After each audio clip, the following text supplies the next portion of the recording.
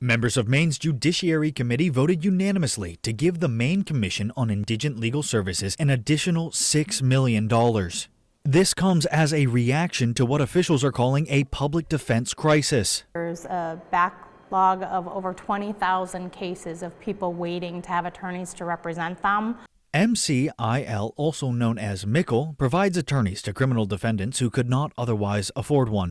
Until recently, the state of Maine had no public defenders and relied solely on hiring private attorneys on a case-by-case basis, with a reimbursement rate of $80 an hour. Many within the court system see the rate as too low, and a reason as to why fewer and fewer private attorneys are willing to take on the work of public defenders. We all agree that we're at the crisis point. You know, the most recent thing we heard is that there's only 59 attorneys in the state of Maine that are taking these indigent legal criminal defense cases, and so that's just way too few attorneys for the number of cases that we have. According to the House Chair of the Judiciary Committee, Matt Moonen, the proposed budget would bump the reimbursement rate from $80 an hour to $150, with the hopes that more attorneys will be enticed by the pay increase.